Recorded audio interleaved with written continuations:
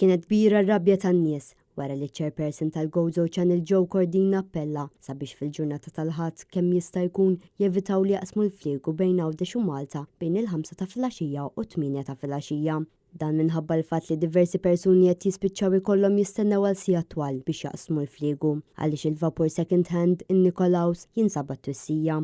Ħafna kienu dawk li qalu li din l-idea ta' Joe Cordina kienet banali wara li l-gvern qatt ma implementa l-weda li jixtri raba vapur li tantu essenzjali u minflok qed neqdew b'vapur second hand li bħalissa jinsab wieqaf. Fil-kummenti fuq il-medja soċjali xi persuni sostnew li sar iżjed faċli tmur sqallija milli Għawdex, filwaqt li oħrajn qalu li b'dan il-parir se jkun hemm iżjed konġestjoni. Diversi persuni oħrajn sostnew li dan il-kumment taċ-chairperson tal-Gozo Channel jinstema' qisu ċajta bla sens li ma fiha ebda serjetà u li ntqalet minn xi ħadd dilettant. Fil-kummenti kien hemm oħrajn li qalu wkoll li anke meta marru fit-3 u nofs ta' filgħaxija xorta spiċċaw telgħu fuq il-vapur tas-6 ta' filgħaxija. B'ħafna spiċċaw jikkumparaw dan il-kumment ma' dak li qal iċ-chairperson tal-Waysave Richard Billocca meta appella lin-nies biex jibdew jifriżaw il-borża tal-iskart organiku ħalli jevitaw l-irwejjeħ. Minflok ħareġ b'soluzzjoni vijabbli.